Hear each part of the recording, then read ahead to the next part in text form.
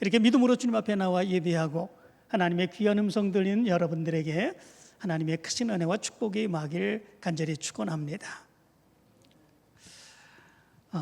여러분들은 많이 우십니까? 울지 않는 사람이 어디 있겠습니까? 정말 우리는 살아가면서 많이 우는 것 같습니다. 때로는 마음속으로 흐느끼어 울기도 하고, 사람이 없는 곳에서 통곡하며 울기도 하는 이런 모습들이 우리의 모습 가운데 있습니다. 이 운다고 하는 것, 이거는 흉과 허물이 아닙니다. 우리의 삶의 모습 가운데서 삶의 상황과 형편이 어렵고 힘들면 울 수밖에 없죠. 또 기쁘면 기쁨의 눈물을 흘리는 그런 모습들이 있을 수밖에 없습니다. 그런데 어떤 때 우는 그런 모습들이 있습니까?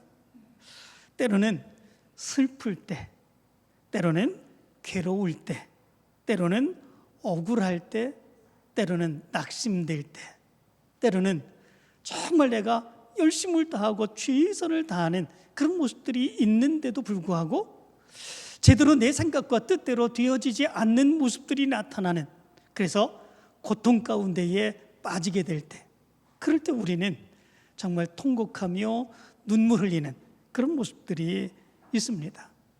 그러면 예수님은 어떠실까? 이런 생각을 해봅니다. 예수님도 이 땅에 오셔서 우리의 모든 삶의 모습들 다 사시는 그런 모습들 있지 않으셨습니까? 그렇다면 예수님도 우셨겠습니까? 그래서 성경 말씀 가운데 보면 예수님도 우셨습니다. 오늘 성경 말씀 바로 위에 말씀 가운데 보면 이런 말씀이 기록되어 있습니다. 예수님이 새끼 나귀를 타고 예루살렘으로 입성하게 되죠. 그때에 많은 사람들이 그들의 겉옷을 그 길에 깔고 예수님을 환호하고 찬양하게 되는 이런 모습들이 있게 됩니다. 그들은 이렇게 찬양합니다. 찬송하리로다. 주의 이름으로 오시는 왕이요, 하늘에는 평화요, 가장 높은 곳에는 영광이로다. 이렇게 찬양하는 그런 모습들이 있게 됩니다. 그런데 오늘 성경 말씀 가운데 보면 아주 놀라운 말씀이 기록되어 있습니다. 보통 그 정도가 되면 많은 사람들이 환호하며 기쁘게 찬양하며 예수님을 오심을, 예수님이 예루살렘의 입성을 기뻐하는 그런 모습들이 있으면 웃어야 되지 않습니까? 기뻐해야 되지 않습니까? 그런데 오늘 성경 말씀 가운데 보면 오히려 예수님께서는 그 성을 보시며 우시고 통곡하셨다 말씀해 주고 있는 것을 보게 됩니다. 왜 그러셨을까라고 하는 거죠. 그런데 복음서의 말씀 가운데 보면 예수님께서 우셨다라고 하는 말씀이 두 번에 걸쳐서 기록되어 있습니다. 한 번은 요한복음 11장 35절에 이렇게 말씀합니다. 예수께서 눈물을 흘리시더라. 이렇게 말씀해 주고 있습니다. 예수님께서 눈물을 흘리셨습니다. 그런데 여기에서 말하고 있는 이 눈물이라고 하는 단어는 다크리오라고 하는 단어입니다. 이 눈물은 그냥 펑펑 쏟아지는 그런 눈물이 아니라 조용히 눈가에 머물며 흘러내리는, 그리고 마음속으로 흐느끼는 바로 그런 눈물을 의미해 주고 있는 것을 보게 됩니다. 그런데 두 번째 기록된 그런 말씀이 있습니다. 예수님이 우셨다고 하는 기록, 오늘 성경 41절입니다. 오늘 성경 41절이 이렇게 말합니다. 가까이 오사 성을 보시고 우시며, 이렇게 말씀해 주고 있습니다. 그런데 여기에서 우시며 라고 하는 단어는 아까 말했던 다크리오, 그냥 흐느끼면서 조용하게 눈물을 흘리는 바로 그런 눈물의 모습이 아닙니다. 여기에서 우시며 라고 하는 단어는 클라이오라고 하는 단어입니다. 클라이오라고 하는 단어는 자기가 힘들고 어렵고 복받치고 안타까운 그런 모습들을 그의 마음속에 담는 것이 아니라 그의 바깥으로 통곡하면서 그 안타까움의 모습을 표출하는 바로 그런 눈물을 의미해 주고 있습니다. 정말로 힘들지요, 어렵지요. 그럴 때에 정말 통곡하면서 눈물 흘리시는 바로 그 모습을 여기에서 클라이오라고 말하고 있습니다. 그러면 예수님은 공생애를 시작하시면서 2번만 이렇게 눈물 흘리셨겠습니까? 예수님께서는 2번만 우셨겠습니까? 그런데 히브리서의 말씀 가운데 보면 그렇지도 않습니다. 히브리서 5장 7절의 말씀을 보면 이렇게 말합니다. 그는 육체에 계실 때에 자기를 죽음에서 능히 구원하실 이에게 심한 통곡과 눈물로 간구와 소원을 올렸고 그의 경건하심으로 말미암아 들으심을 얻었느니라. 이렇게 말씀해 주고 있습니다.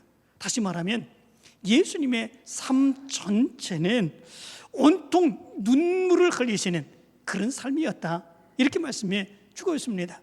예수님은 2번만 우신 것이 아니었습니다. 이스라엘 백성들의 그 모습을 보면서 안타까운 모습 가운데 때로는 마음속에서 흐느끼는 눈물을 흘리셨고 때로는 통곡하며 눈물을 흘리시는 이 모습이 예수님의 전체의 삶이었음을 얘기해 주고 있는 것을 보게 됩니다. 그렇다면 예수님은 왜 그의 삶의 전체를 걸쳐서 이렇게 우시는 그런 삶의 모습을 가지셨을까? 십자가에 죽으셔야 했기 때문에 그런 것이겠습니까? 그죠? 십자가는 아무나 질 수 있는 것이 아닙니다.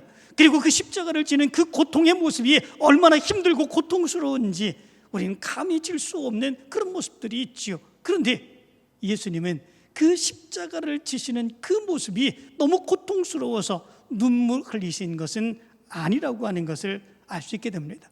오늘 성경 말씀 가운데 보면 예수님이 왜 그렇게 통곡하며 눈물을 흘리셨는지 우리는 분명하게 알 수 있게 됩니다. 먼저는 오늘 성경 말씀 가운데 보면 이스라엘 백성들이 하나님의 평화의 일을 알지 못했기 때문에, 그래서 예수님께서는 눈물을 흘리시며 통곡하셨다 말씀해 주고 있는 것을 보게 됩니다. 오늘 성경 42절은 이렇게 말합니다. 평화에 관한 일, 이 모습에 대해서 이스라엘 백성들이 알지 못했다고 하는 그 모습에 대해서 너도 오늘 평화에 관한 일을 알았더라면 좋을 뻔하였거니와 지금 네 눈에 숨겨졌도다, 이렇게 말씀해 주고 있습니다. 평화에 관한 일, 이 일이 무슨 일이겠습니까? 이스라엘 백성들의 죄악된 모습들, 하나님의 말씀대로 살아가지 못하는 바로 그 모습들.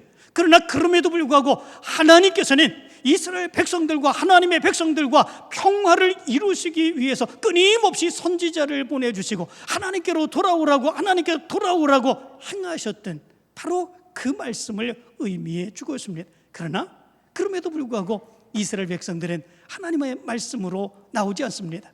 하나님의 뜻대로 살기를 원하지 않습니다. 자기들의 마음대로 살아가기를 원하지요. 드디어 하나님께서는 그의 아들 예수 그리스도를 이 땅에 보내주셨지만 그럼에도 불구하고 그 예수 그리스도마저 배척하는 그 모습이 바로 이스라엘 백성들의 모습 가운데 나타나게 되었죠. 끊임없이 하나님은 이스라엘 백성들과 화해하기를 원하셨습니다. 그들이 죄악된 삶을 살아가는 그 모습을 보시며 안타까워하시며 하나님께 나오게 하시고 그들의 죄를 용서해 주시며 하나님의 백성으로 살기를 간절히 원하셨습니다. 그렇게 하나님이 노력하고 애썼음에도 불구하고 이스라엘 백성들은 하나님의 뜻대로 살지 않았습니다. 그것을 거절했습니다. 마지막으로 하나님이 말씀하신 예수 그리스도를 통한 그 말씀도 예수님을 배척하는 그런 모습들이 이스라엘 백성들의 모습 가운데 있었습니다. 그래서 마태복음 23장 37절은 이렇게 말씀합니다. 예루살렘아 예루살렘아 선지자들을 죽이고 네게 파송된 자들을 돌로 치는 자여, 암탉이 그 새끼를 날개 아래 모음같이 내가 네 자녀를 모으려 한 일이 몇 번이더냐. 그러나 너희가 원하지 아니하였도다. 이렇게 말씀해 주고 있습니다. 끊임없이 암탉이 그 새끼를 품으며 돌봐주기를 원하는 것처럼 하나님은 그의 백성들을 돌봐주기를 원하고 하나님의 말씀대로 살아가기를 원하시는 그 모습이 있었다라고 하는 거죠. 그럼에도 불구하고 이스라엘 백성들은 거절합니다. 그럼에도 불구하고 하나님의 뜻, 하나님이 보내신 메시아를 배척하는 그런 모습들이 있었습니다. 그 모습을 보게 될 때에 그들의 결과의 모습은 멸망임을 너무나도 뻔히 아시는 예수 그리스도께서 안타까워하시며 통곡하며 눈물을 흘리시는 그 모습이 있었음을 얘기해 주고 있습니다. 두 번째 모습이 있습니다. 그 모습은 예수님이 보시는 그 성이 철저하게 망하게 되는, 멸망하게 되는 그 모습을 바라보시며 예수님은 통곡하며 눈물 흘릴 수밖에 없는 그 모습이 있었음을 말씀해 주고 있습니다. 43절과 44절은 이렇게 말합니다. 날이 이를지라 네 원수들이 토둔을 쌓고 너를 둘러 사면으로 가두고 또 너와 및 그 가운데 있는 네 자식들을 땅에 메어치며 돌 하나도 돌 위에 남기지 아니하리니 이는 내가 보살핌 받는 날을 알지 못함을 인함이니라. 이렇게 말씀해 주고 있습니다. 예루살렘 성에 크나큰 심판이 임함으로 인하여 완전하게 멸망하게 되는 그 모습이 예루살렘 성 가운데 나타나게 된다라고 하는 거지요. 안타까운 그런 예수님의 예언의 말씀입니다. 결국은 이 모습이 AD 70년에 정말로 그대로 이루어지게 되는 그런 모습들이 있게 되었죠. 예루살렘 함락을 위하여 이 로마의 장군이었던 티토스라고 하는 그 장군이 이 예루살렘을 무너뜨리기 위해서 오게 됩니다. 그리고 굳건하게 닫혀있는 예루살렘 성을 무너뜨리기 위해서 토성을 쌓게 되는 그런 모습들이 있게 되죠. 때마침 그때가 6월절이었다고 그럽니다. 6월절 절기를 지키기 위해서 각처에 흩어졌던 이스라엘 백성들이 예루살렘 성으로 몰려들었습니다. 그때 이 몰려들었던 그런 백성들이 100만 명이 넘는 그런 모습들이 있었다고 그럽니다. 그런데 바로 그 예루살렘 성을 함락하기 위해서 로마의 군사들이 토성을 쌓게 되는 그런 모습들이 있게 되었던 거죠. 그때의 그 참상의 모습이 얼마나 비참한 그런 모습들이 있었는지 모릅니다. 바로 그 환난, 그 괴로움, 그 고통, 이 예루살렘 성이 완전하게 무너지게 되는 바로 그때의 그 사건에 있었던 한 사람이 있었습니다. 그 사람이 누구냐면 요세푸스라고 하는 그런 사람입니다. 그 요세푸스라고 하는 사람은 나중에 포로가 되어 풀려나게 되는 그런 모습들이 있게 되었는데, 그는 그때의 참상을 그의 책에 이렇게 기록하고 있습니다. 기근이 널리 확대되어 모든 집과 식구들에게 덮쳤다. 다락에는 기아로 죽어가는 여자들과 어린 아이들로 가득 찼고 거리의 길은 늙은이들의 시체들로 가득 채워버렸고 살아있는 아이들과 젊은이들은 모두 기아로 퉁퉁 부어 무서운 망령처럼 거리를 배회하다가 쓰러져 버렸다. 이들을 매장하려 해도 병자에게는 힘이 없었고 튼튼한 사람일지라도 시체가 너무 많아 대책이 없었다. 자기 자신도 언제 죽을는지 알 수 없는 죽음의 그늘 안에 들어있었기 때문에 죽은 사람의 시체에 대한 관심을 가질 수가 없었다. 어떤 사람은 다른 사람의 시체를 처리하다가 자신이 시체 앞에 쓰러져 버렸고, 또 다른 남은 사람들은 자기에게 죽음이 오기 전에 스스로 관에 들어가 누워버렸다. 이 재난에 대하여 슬퍼하는 자도 없고 우는 소리도 들리지 않았다. 죽은 사람의 시체를 보고 울 기력도 없었다. 말할 힘도 잃어버리고 무서운 절망과 죽음의 침묵만이 예루살렘 도성을 덮고 있을 따름이었다. 그러나 이들은 모두 자신들의 눈을 성전을 향한 채 누워 있었다.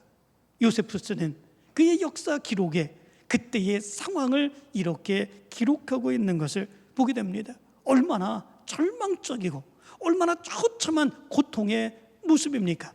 밖에는 로마의 군사들이 토성을 쌓고 그리고 나가지도 못하게 그 어떤 것도 구입하지 못하고 살지 못하도록 그렇게 포위하고 있습니다. 그 안에서 아비규환이 일어나는 바로 이런 안타까움의 모습들, 그리고 요세푸스는 그 당시에 이 로마 군인들이 예루살렘 성 안으로 들어와서 저질렀었던 그 잔인한 살육의 모습에 대해서 이렇게 기록하고 있습니다.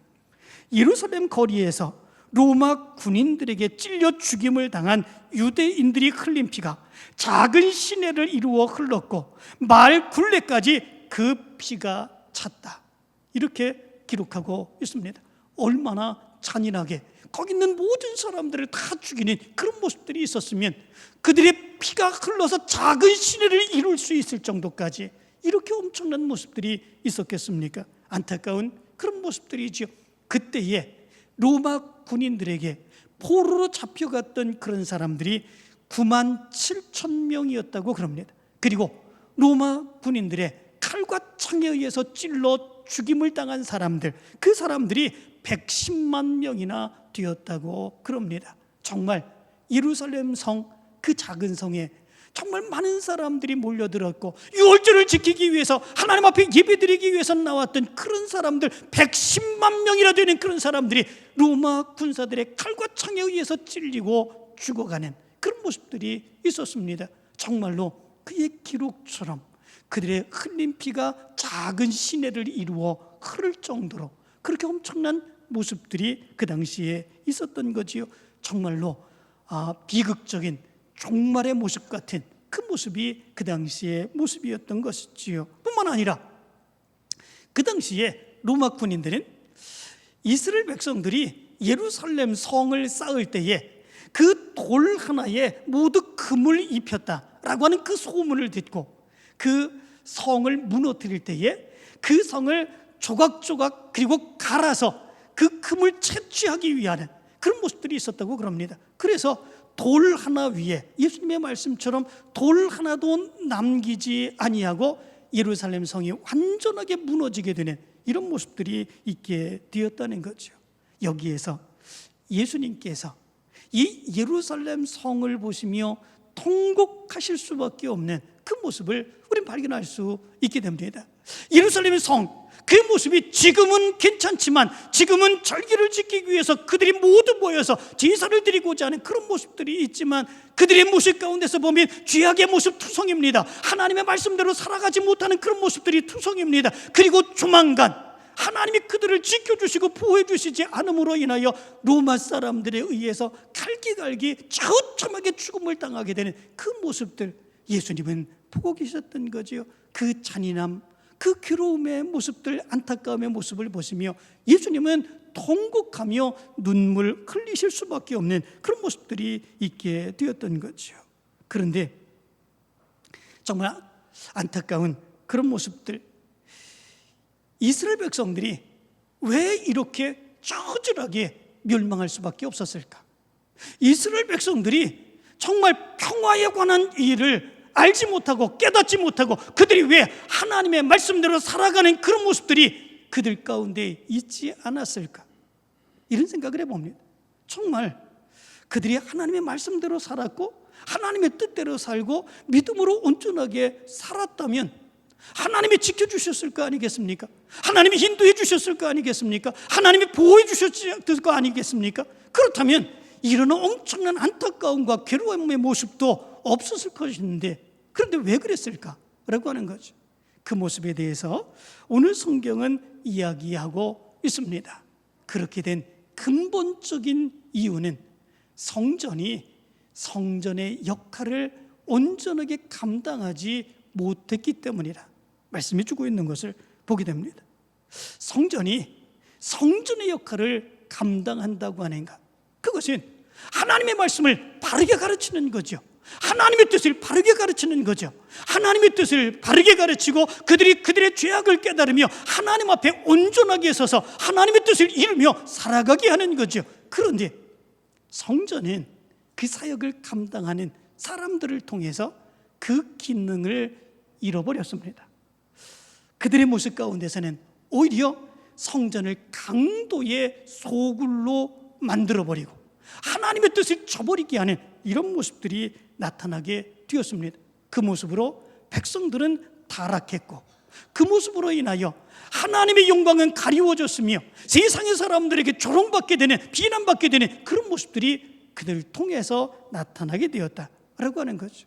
그래서 오늘 성경 45절, 46절 말씀 가운데 보면 예수님께서 예루살렘 성을 보시며 통곡하시고 난 뒤에 가장 먼저 가신 곳이 어디인지를 얘기해 주고 있습니다. 그리고 예수님이 무엇을 하셨는가라고 하는 것을 말씀해 주고 있습니다. 그 말씀을 보게 되면 이 성전이 왜 이렇게 되었는지, 성전이 무엇 때문에 이렇게 되었는지, 그리고 이스라엘 백성들이 이렇게 있는 예루살렘 성이 완전하게 멸망받게 되는 그런 모습들이 무엇으로 인한 것인지 분명하게 알 수 있게 됩니다. 성을 보시고 통곡하신 예수님은 곧바로 성전으로 들어가셨습니다. 그리고 45절의 말씀 가운데 보면 이렇게 말합니다. 성전에 들어가사 장사하는 자들을 내쫓으시며, 46절엔 그들에게 이르시되 기록된 바 내 집은 기도하는 집이 되리라 하였거늘 너희는 강도의 소굴을 만들었도다. 이렇게 말씀해 주고 있습니다. 당시 성전의 기능을 감당하지 못하고 얼마나 타락하고 부패했는지를 얘기해주고 있는 거죠. 그와 같은 말씀이 또 성경 말씀 가운데 기록되어 있습니다. 예수님께서 성전에 들어가 성전을 정결케 하신 하나님의 말씀이 기록되어 있죠.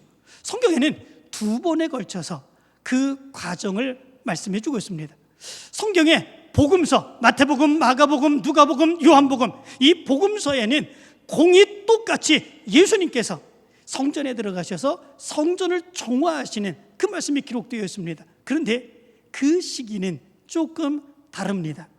요한복음의 말씀 가운데 보면 예수님이 공생애를 시작하시는 초기에 성전에 들어가셔서 그 성전을 정화하시는 그 말씀이 기록되어 있습니다. 요한복음 2장 14절부터 16절까지 말씀을 보면 이렇게 말합니다.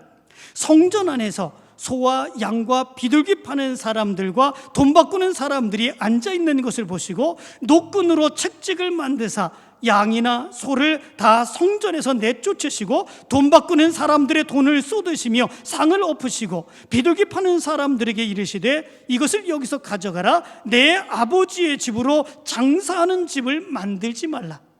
예수님께서는 공생의 초기에 성전에 들어가서 성전을 정결케 하시며 이렇게 말씀을 하셨습니다. 그런데 공관복음의 말씀, 마태복음, 마가복음, 누가복음의 이 말씀은 예수님의 공생의 초기에 이런 것을 행하신 것이 아니라 예수님의 공생의 마지막에 이런 성전을 정화하시는 그런 말씀으로 기록해 주고 있는 것을 보게 됩니다. 내용은 공이 똑같습니다. 그렇다면 왜 이렇게 되었을까라고 하는 거죠. 이것이 의미하는 것은 무엇이겠습니까? 그것은 예수님이 성전에 들어가서 공생의 초기에 성전을 정화하셨습니다. 모든 그들이 판매하는 것, 그리고 성전에 하나님의 말씀들을 행하지 않는 것 다 뒤엎으시며 이것이 하나님의 뜻대로 행하지 못하는 것임을 분명하게 가르쳐 주셨습니다. 그런데 예수님의 공생의 마지막에 갔을 때에도 성전은 변하지 않았습니다. 성전은 바뀌지 않았습니다. 하나님의 뜻대로 하나님의 말씀대로 살고자 하는 뜨거운 열망의 모습이 그들 가운데는 없었고 여전히 예수님이 처음에 정화했었던 바로 그런 모습들, 하지 말라고 뒤엎으셨던 그 모습이 그들 가운데는 여전히 행해지는 그런 모습들이 나타나고 있었다라고 하는 거죠. 이 모습은 얼마나 당시의 성전이 하나님의 말씀도 듣지 못하고 깨닫지 못하고 변화하지 못하는 그런 부패함의 모습이 이 성전의 모습 가운데 있는가라고 하는 것을 알 수 있게 됩니다. 예수님이 공생애를 시작하시면서도 이렇게 가면 멸망한다고 하는 사실을 분명하게 보여주셨는데 예수님의 공생의 마지막 순간에도 여전히 또 예수님이 성전에 들어가셔서 그 모든 것을 뒤엎으시며 말씀하시며 강도의 소굴을 만들었다고 얘기했던 그 모습, 성전의 부패함, 성전의 타락을 여실하게 보는 그런 모습들이 있게 된 것을 보게 됩니다. 그리고 그렇게 성전이 타락한 그 모습, 그리고 이스라엘 백성들이 철저하게 망할 수밖에 없고 예루살렘 성전이 철저하게 멸망할 수밖에 없었던 그 원인의 모습이 무엇인지 말씀해 주고 있는 거죠. 무엇입니까? 성전입니다. 성전에서 사역을 감당하는 바로 그런 지도자들, 그리고 그 사역을 감당하며 그들로 인하여 말씀대로 살기를 원했던 그들, 그 모든 것이 다 부패하고 타락한 그 모습 가운데 있었지요. 왜 그렇습니까? 성전의 역할을 온전하게 감당하지 못했기 때문에 그렇습니다. 그런데 오늘 성경에서 우리는 아주 중요한 것을 발견할 수 있게 됩니다. 그것이 예수님이 이 성전의 모습을 보면서 그렇게 타락했다고 하는 것, 그 모습을 보면서 분통한 그런 모습들이 있었지 않았습니까? 바로 그 성전에 희망이 없습니다. 그 성전에 소망이 없습니다. 정말 그 모습을 보면서 안타까워 통곡하는 그 모습을 가질 수밖에 없습니다. 그런데 예수님은 그럼에도 불구하고 하나님의 사역을 포기하지 않으셨습니다. 통곡만 하지 아니하시고 분통만 터뜨리지 아니하셨습니다. 그리고 포기하지 않으셨습니다. 오늘 성경 47절의 말씀 가운데 보면 이렇게 말합니다. 대제사장들과 서기관들과 백성의 지도자들이 예수님을 죽이려고 꾀하되, 그 당시의 모습, 그 성전을 총화하시는 예수님의 모습을 보면서 그 성전의 지도자들이, 그리고 백성들의 지도자들이 예수님을 죽이려고 꾀했다라고 말씀해 주고 있습니다. 이 꾀한다고 하는 말은 제테오라고 하는 말인데, 이 말은 끊임없이 찾고 조사하고 끊임없이 찾아다니는 이 모습을 의미해 주고 있습니다. 예수님은 이제 붙들려 죽을 수밖에 없는 위기에 처한 그런 모습들이 있게 되었던 것이지요. 그런데 그런 상황 가운데서도 예수님은 어떻게 하셨겠습니까? 47절의 말씀 가운데 보면 이렇게 말합니다. 예수께서 날마다 성전에서 가르치시니, 이렇게 말씀해 주고 있습니다. 그때에 성전을 보시며 통곡하셨던 예수님, 그 성전이 타락하여서 강돌이 소굴이 되어서 도저히 가능성이 없었던 바로 그 성전의 그 모습들, 그런데 그럼에도 불구하고 예수님께서는 그렇게 다른 많은 사람들이, 그 지도자들이 예수님을 찾아 죽이려고 끊임없이 쫓아오는 그런 상황 가운데서 매일마다 날마다 성전에서 가르치셨다 말씀해 주고 있습니다. 예수님은 그런 상황 가운데서도 포기하지 않으셨습니다.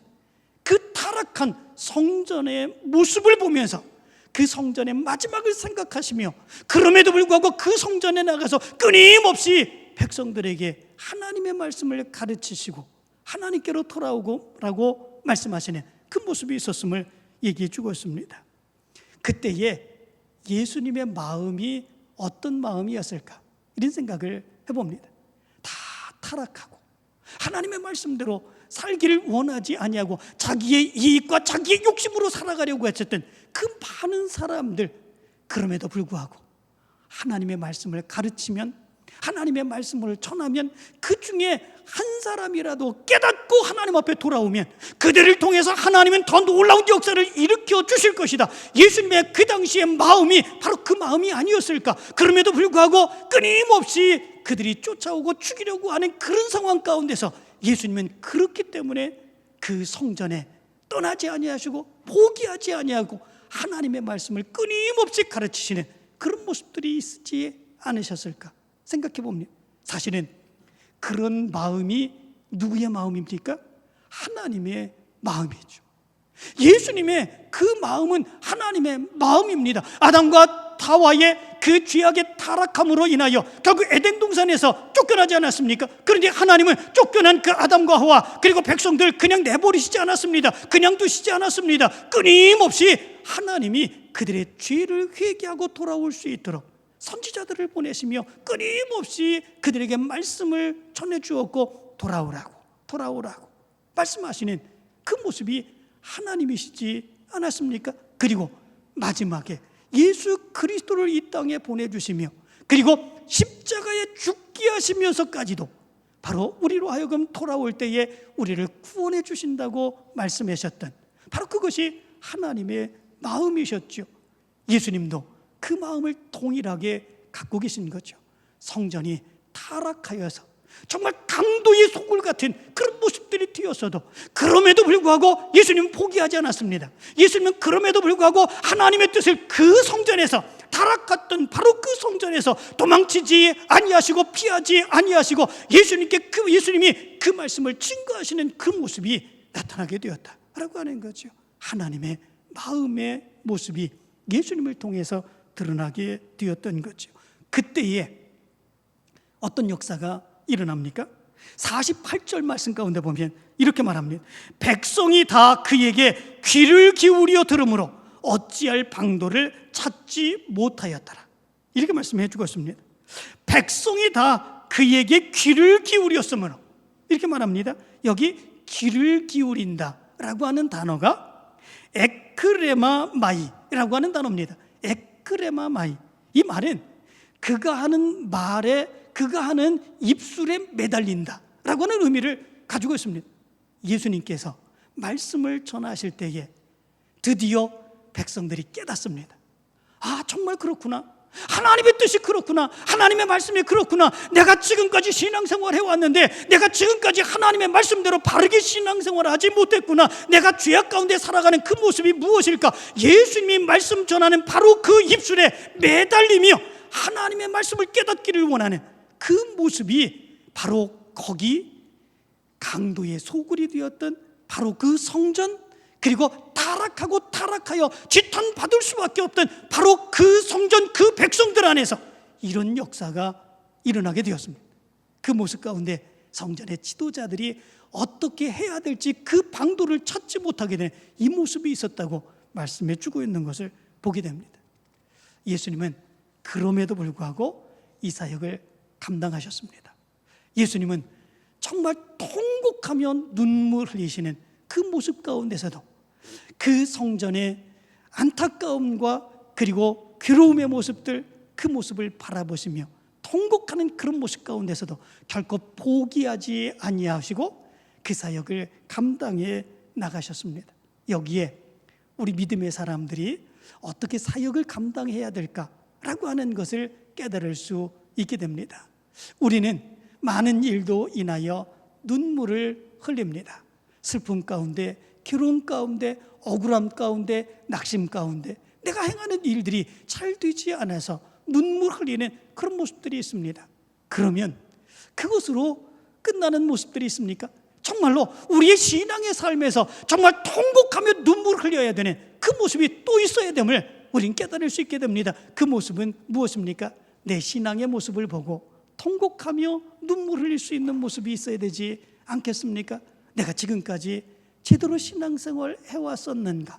내가 정말 하나님의 말씀대로, 하나님의 은혜대로 내가 믿음의 삶을 바르게 해왔었는가? 하나님, 내가 하나님을 잘못 섬겼습니다. 하나님께 예배드리는 일 제대로 하지 않았습니다. 하나님 앞에 기도하지 못했습니다. 하나님의 온전한 사역 감당하지 못했습니다. 그러면서도 내가 믿음 생활 잘하고 있다고 생각했습니다. 그 모습을 보면서 우리는 예수님처럼 통곡하며 눈물 흘릴 수 있는 모습, 그 모습이 있어야 되는 거 아니겠습니까?